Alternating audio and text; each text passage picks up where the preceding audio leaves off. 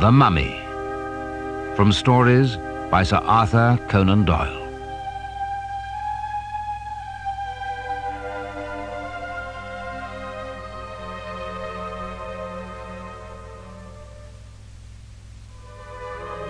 David Smith stirred uneasily in his bed, in the grip of a nightmare. The scene of his dream was a strange underground chamber. How he had got there, he did not know, for his legs were heavy and he could not move. Several stone tables were in the chamber, on each of which lay the form of an Egyptian mummy, covered in rolls of linen. A strange, muttering sound began, and immediately the bandages on all the mummies started to unwrap themselves, making a crackling noise as one layer peeled off from another. When the last rolls had curled onto the floor, a kind of vapor rose from the bodies, wreathing and swirling like small puffs of smoke. As these ghost-like wisps piled up, Smith saw faces and limbs forming, and a high wailing noise came from the half-open mouths. He covered his eyes, but the visions would not be shut out. Grey shapes flitted around him, gently touching his neck with light fingers. Then they changed into figures of terror, and with them came a foul and disgusting smell of evil and death. Smith struggled violently in his dream and finally burst through the bonds of sleep back into his own time, the summer of 1884.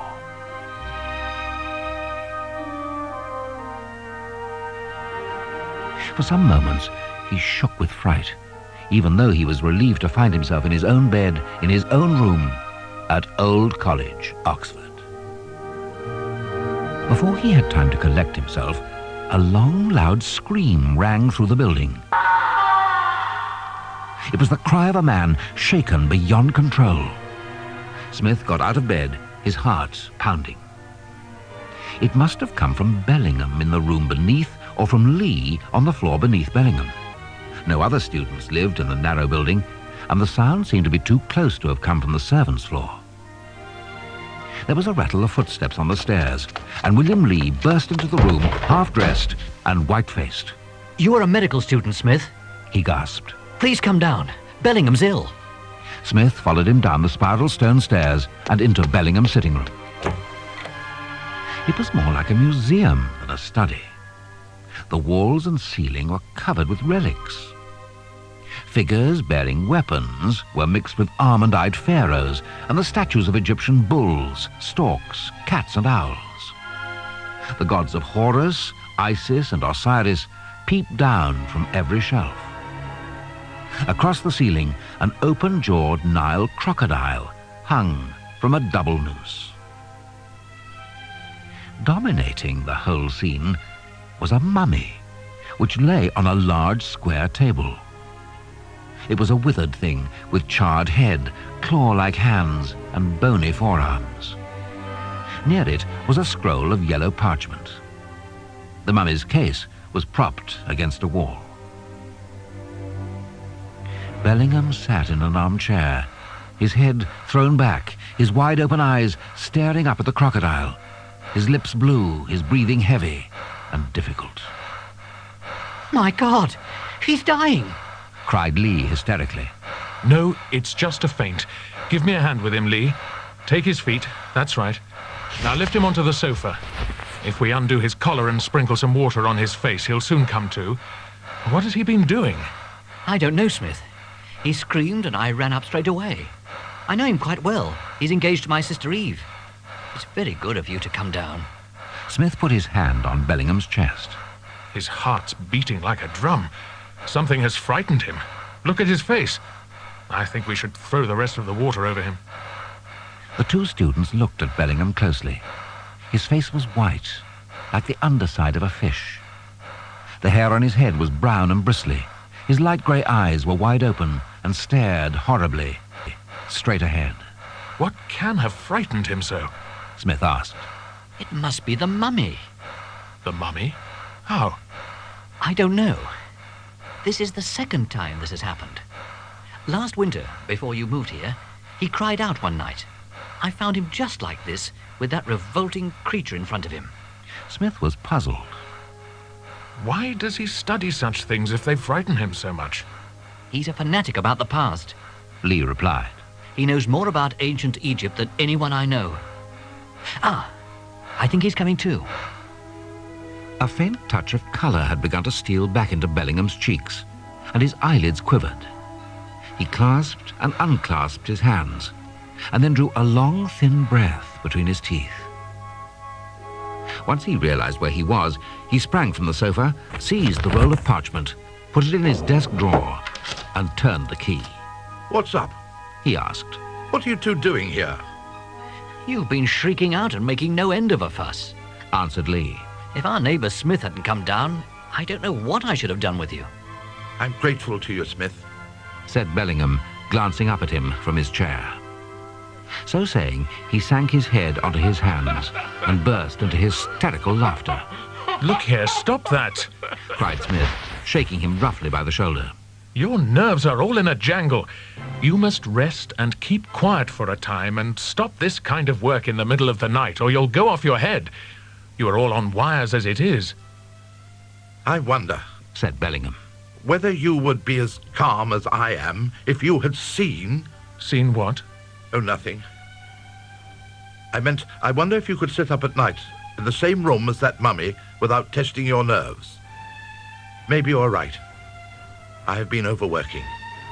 But I'm all right now. Please don't go for a few minutes. The room is very stuffy. remarked Lee. I'll open the window and let some air in. It's the balsamic resin, said Bellingham. He took some leaves from a palm-like plant which was on the table near to the mummy and held them over the flame of the lamp. A strong, biting odour came from the wreaths of smoke. It's the sacred plant of the ancient priests, remarked Bellingham. Do you read any Eastern languages, Smith? No, not a word. Bellingham seemed relieved to hear it. Then he continued. How long was I unconscious? About 4 or 5 minutes. Yes, I thought it could not be very long. Now, this mummy was embalmed 4,000 years ago. He's in such excellent condition. You would think that he died only yesterday. Smith looked at the mummy with the eye of a medical man. The face, although discoloured, was almost perfect. 2 nut-like eyes were sunk into hollow sockets. The skin was very tight over the cheekbones, and coarse black hair fell over the ears. Rat-like teeth touched the lower lip. What Smith did not like was the suggestion of energy about the thing, with its bent joints and craned head. The ribs had a parchment-like covering, and on the lower body was a long slit where the embalmer had made his mark centuries before. Coarse yellow bandages covered the legs. Small pieces of myrrh and of cassia had been sprinkled over the whole body. He is 6 feet 7 inches tall, said Bellingham, running his hand over the shriveled head. I don't know his name, so I call him lot number 249, because that was his number in the auction sale when I bought him. Lee looked at the creature with disgust and shivered slightly. Bellingham also was affected, for his lower lip still trembled, his hand shook, and he seemed unable to take his eyes from the mummy. You're not going yet, he cried as Smith rose from his chair. Yes, I must, replied Smith. You're all right now. If I were you, I should take up a study that puts less strain on the nervous system. I'm not usually like this. I've unwrapped bodies before. You fainted last time, said Lee. Yes, so I did. Well, I must take a nerve tonic or something. I think I'll sleep on the sofa in your room, Lee, if you don't mind, just for tonight. Bellingham turned to Smith and shook his hand. Good night, Smith. I'm so sorry to have disturbed you with my foolishness. In this strange manner began an acquaintance between Bellingham and Smith. The solid and dependable Smith seemed to have impressed the excitable Bellingham, for he visited the medical student frequently to lend him books, magazines, papers, and to talk long hours about ancient Egypt. Smith formed the view that Bellingham had a brilliant mind, but that, despite his cleverness, there was a streak of insanity in him. He noticed also that Bellingham had developed the habit of mumbling and muttering to himself late at night. It disturbed Smith and distracted him from his work, so he spoke to Bellingham about it. At this, the Egyptologist became very angry and denied it. If Smith had had any doubts about his own hearing, he was not long in finding confirmation. Tom Styles, the old servant who looked after the three students, said to him one morning as he tidied up Smith's rooms, "If you please, sir, do you think that Mr. Bellingham is all right? All right, Styles? I mean, right in his head, sir." Of course. Why shouldn't he be? Well, he's not the man he used to be. He's took to talking to himself, something awful. I wonder it don't disturb you, being just above him. What to make of him, I don't know, sir. It's none of your business, Styles. Maybe not, sir. But I do wonder about the noises I hear coming from his room sometimes when he's out and the door's locked on the outside. You're talking nonsense, Styles. I've heard them more than once, with my own ears. Rubbish. Very good, sir. You'll ring the bell if you want me. Smith thought no more of it during the day. But late that night, the words of Styles were brought back to his memory. Bellingham had called in to see him and was talking about the rock tombs in Upper Egypt, when Smith, whose hearing was remarkably good, distinctly heard the sound of a door opening on the landing below. Somebody has just gone into or come out of your room. Bellingham sprang to his feet. I'm sure I locked the door. He stammered. Maybe you did, but someone is coming up the stairs to us now. Bellingham rushed out. Halfway down the stairs, Smith heard him stop. There was a sound of whispering.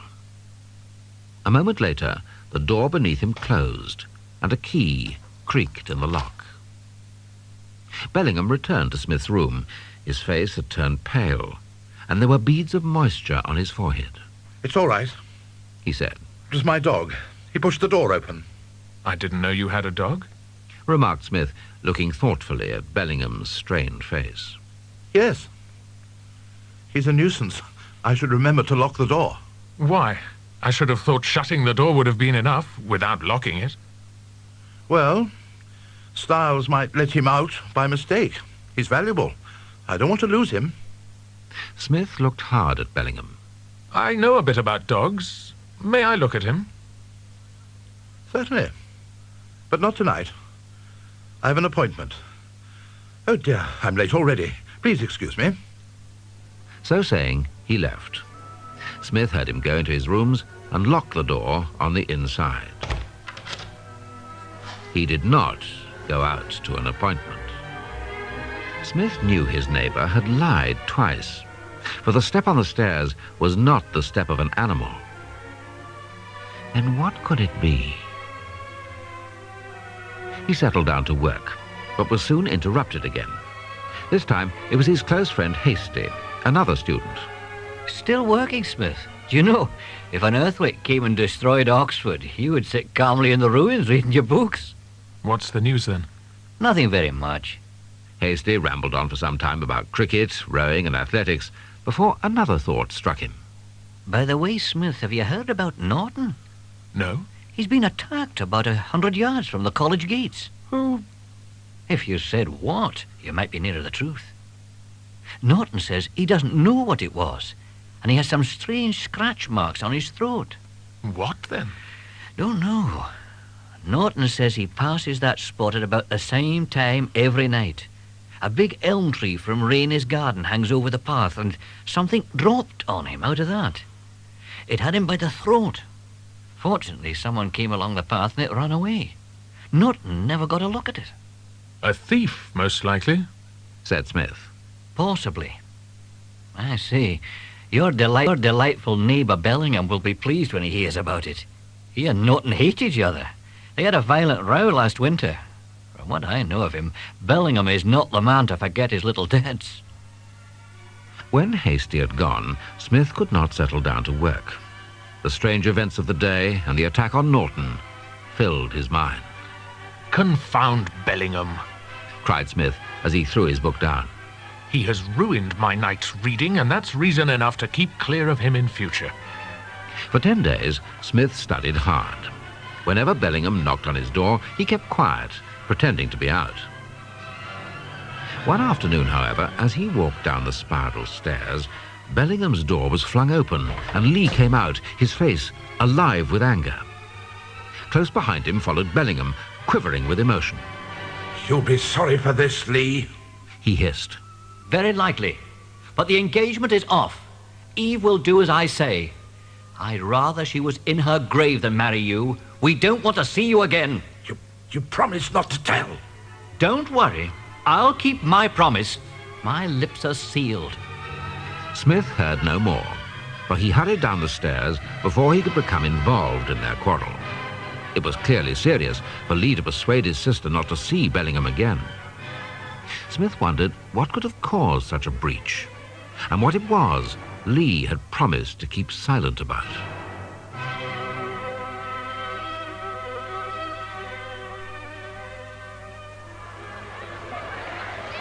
Soon he reached the river and spent the whole afternoon watching the races. Hasty, a superb oarsman, won the final of the sculls by a clear length. As Smith prepared to return to his rooms, he felt a touch on his shoulder. It was Lee. I want to speak to you about something important, Smith. I've left my college rooms and moved into that cottage over there by the river. If I were you, I should get away from Bellingham and live somewhere else. Why? I can't give a reason, Replied Lee. as I've made a promise to be silent. All I will say is that Bellingham is not a safe man to live near. What do you mean? I can't say. We had a violent row today. You must have noticed when you were passing. I guessed something was wrong. Since that night he fainted, I've had doubts about him, and today he told me things that frighten me. Thank God I found out before he married Eve. I'm sorry, Lee, but unless you give me good reason, I've no intention of moving from where I'm very comfortable. I'm not afraid of Bellingham or any other man. Very well. I can only warn you. With that, they parted, and Smith returned to his lodgings. About 8 o'clock that evening, he decided to take a walk. On his way out, he noticed a book that Bellingham had lent him. He felt guilty that he had not returned it, so he picked it up and walked downstairs. There was no answer when he tapped on Bellingham's door, which was unlocked. Pleased to have avoided a meeting, Smith stepped into the room and placed the book upon the table. The lamp was turned low, but the details of the room were clear. It was all much as he had seen it before: the animal-headed gods, the hanging crocodile, and the table littered with scrolls and dried plant leaves. The mummy case stood upright against the wall, but the mummy itself was missing. Smith felt that he had done Bellingham an injustice, for if he had something to hide, he would hardly have left his door unlocked for anyone to enter. It was pitch black on the spiral staircase.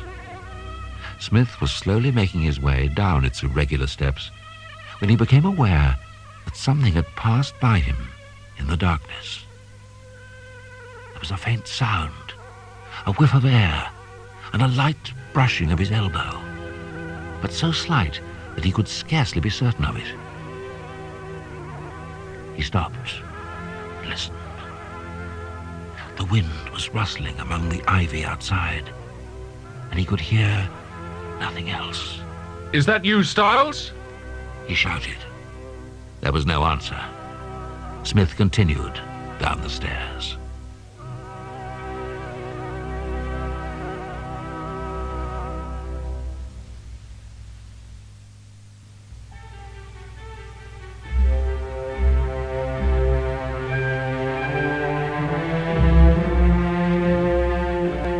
He had reached the ground, still turning the matter over in his head, when someone came running swiftly towards him over the lawn. Is that you, Smith? Hello, Hasty. Oh, for God's sake, come at once. Young Lee has been fished out of the river, more dead than alive. The doctor's out. You're the next best qualified. I'll come with you. Harrington is with him. Have you any brandy? No. I'll fetch my flask.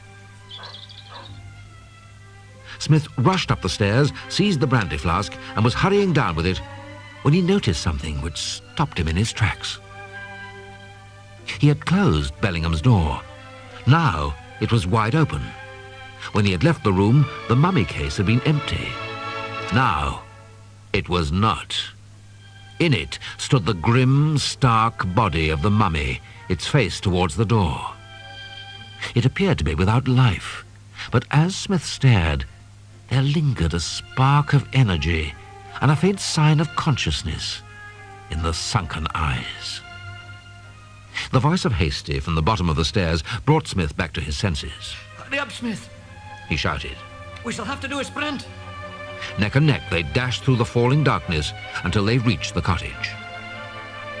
Lee was stretched on the sofa, dripping wet, with green river scum in his hair and a fringe of white foam on his lips. His friend Harrington was trying to rub some warmth back into his rigid limbs.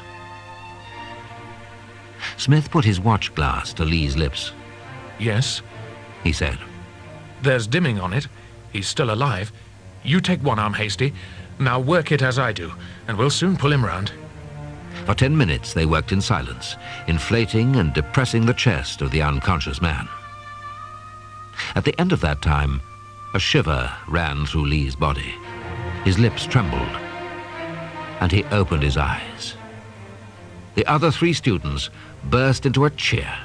Wake up, old chap, said Harrington. You've frightened us enough. Give him some brandy first and then let him tell us what happened, said Hasty. We were both reading in here, explained Harrington. After a while, he went out for a stroll. Shortly afterwards, I heard a scream and a splash. By the time I'd pulled him out, all life seemed to have gone. The doctor was out and I had to get help. Luckily, I bumped into you, Hasty, or I don't know what I would have done. Lee raised himself on his hands. What happened? He asked. Ah, yes. I remember now. The water. A look of fear came into his eyes. How did you fall in? I didn't fall in. But Harrington found you in the river. After some moments, Lee said slowly, I was thrown in.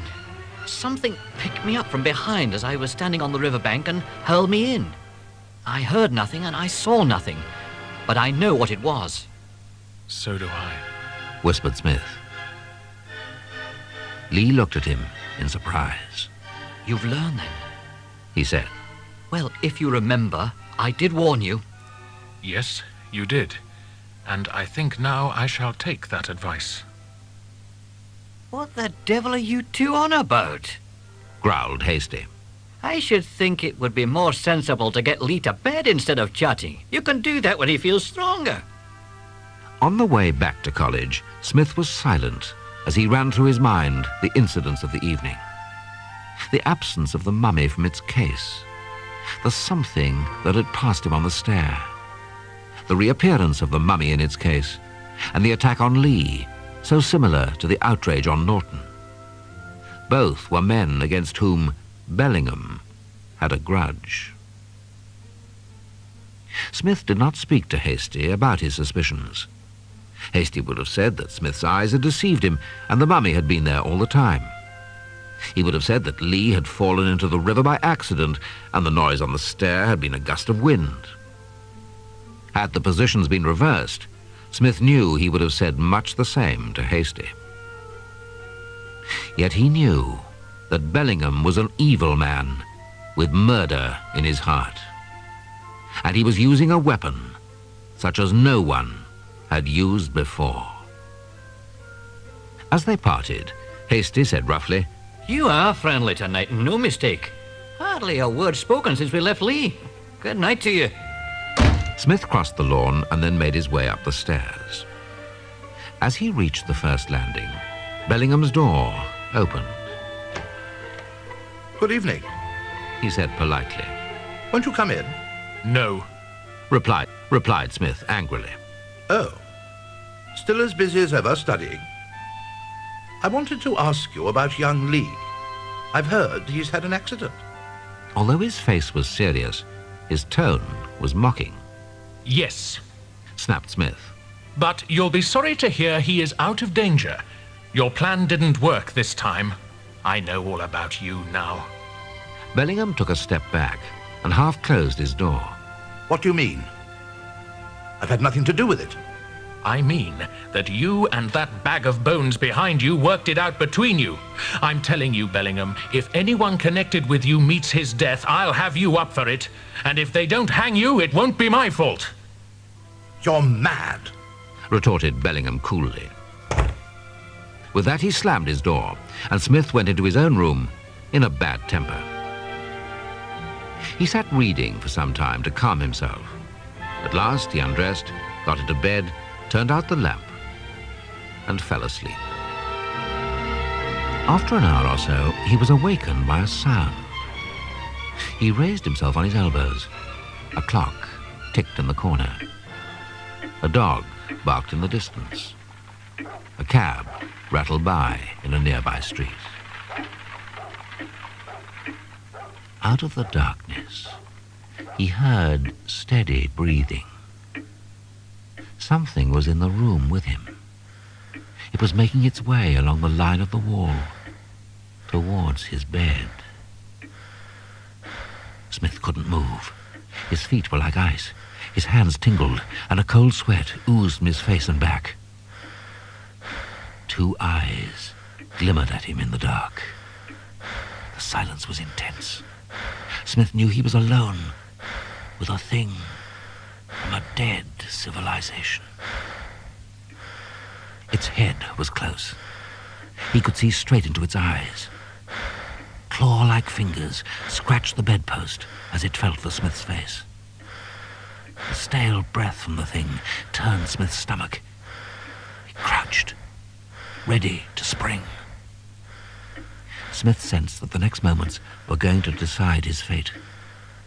His fingers seemed locked, his muscles cramped, and his strength gone. But he gathered his courage and screamed out in terror. Almost immediately, there was a loud crash, and then the heavy door of his room shut to with a noise which shook the old building in its fury. With trembling fingers, Smith lit his lamp.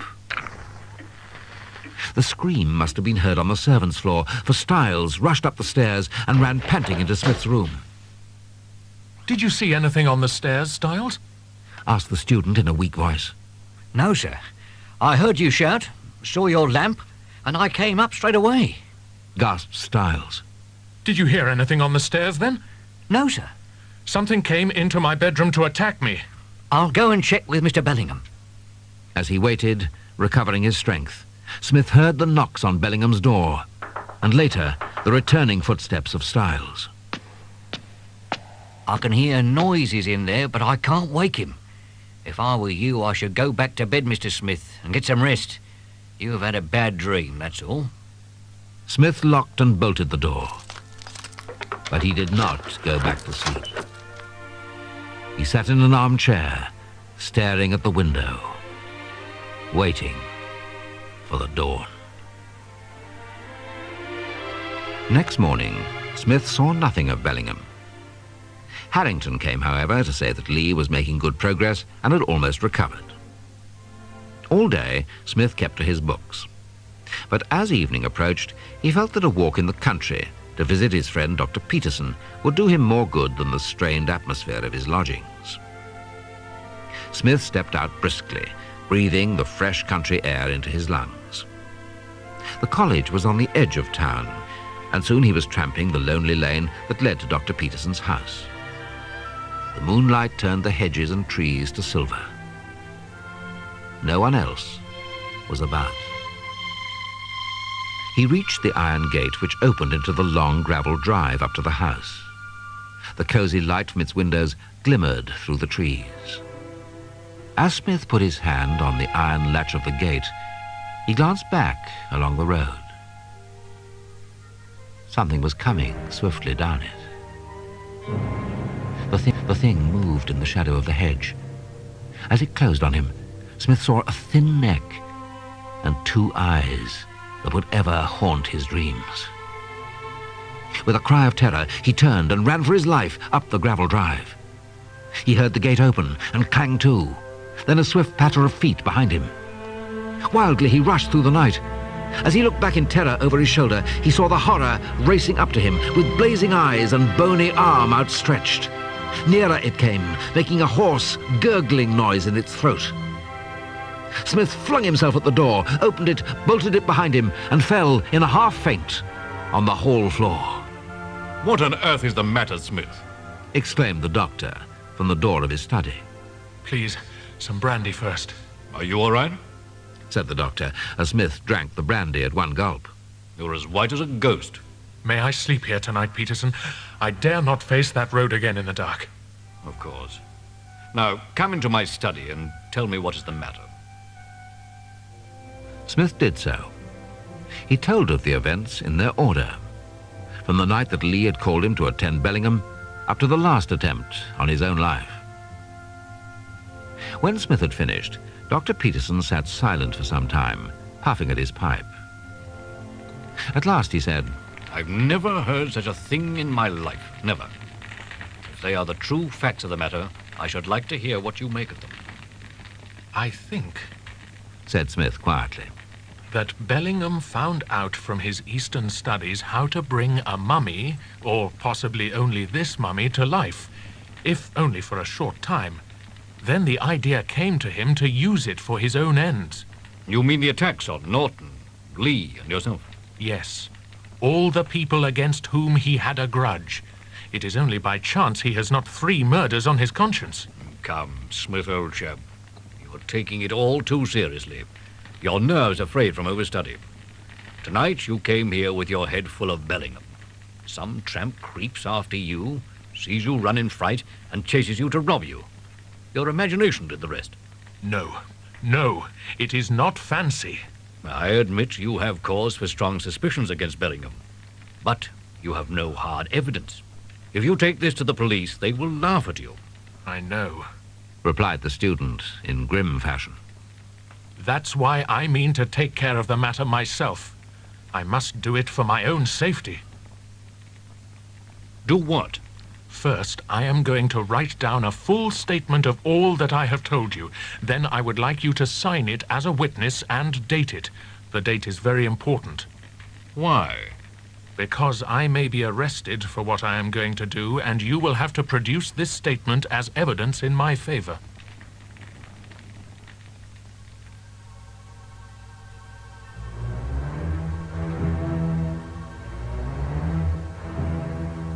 The next morning, Smith walked slowly back to Oxford. Just after 9, he stopped at Clifford's, the gunsmith's in the High Street, and bought a revolver and a box of cartridges.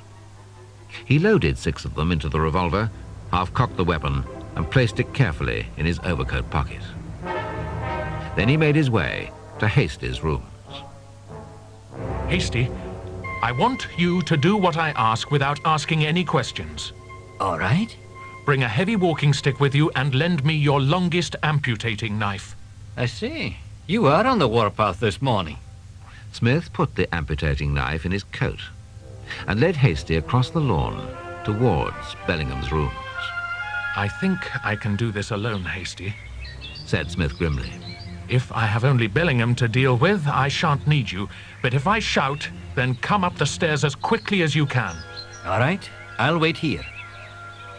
I may be some time, so don't budge until I come down again.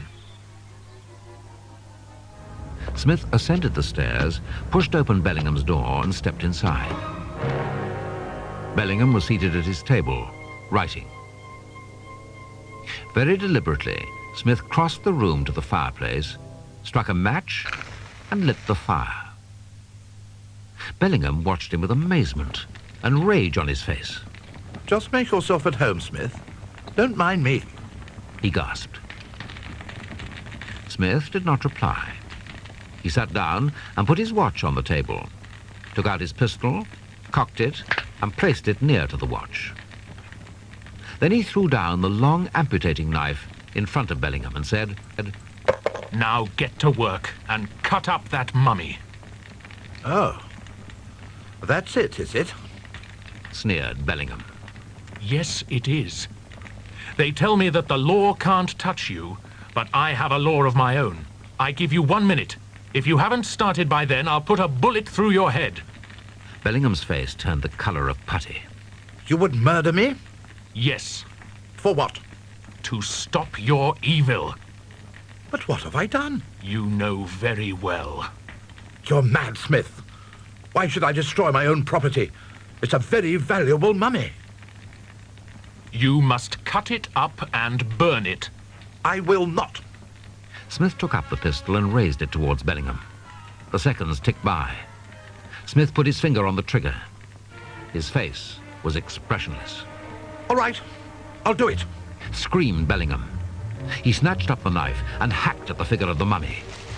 The creature crackled and snapped under every stab of the blade. A thick yellow dust rose from it. Spices and dried essences rained down on the floor. Suddenly, with a loud crack, the mummy's backbone snapped, and it became a heap of sprawling limbs on the floor. Now into the fire. Said Smith. The flames leaped and roared as the dried pieces were piled on the fire. Soon the room was like the stokehole of a steamer. Sweat streamed down the faces of the two men. But still, Bellingham stooped and worked, while Smith watched him with a set face.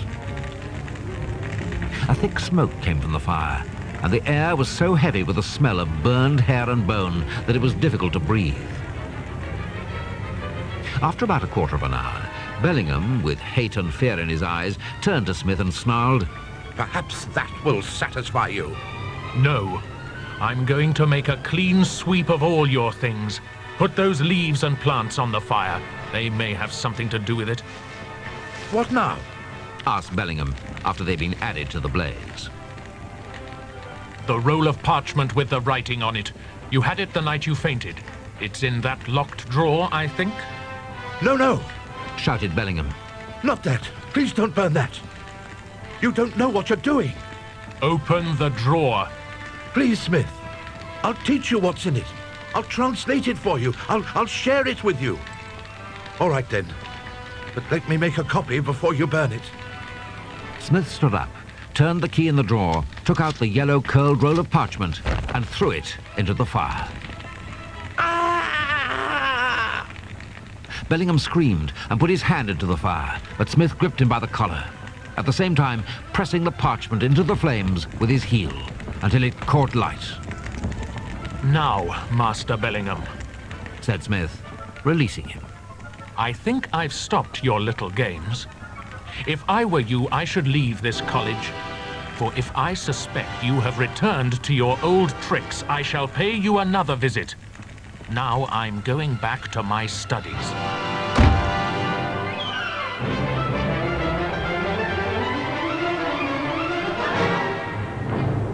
The door closed behind him, leaving Bellingham quite alone. He turned his head in the direction of the fire.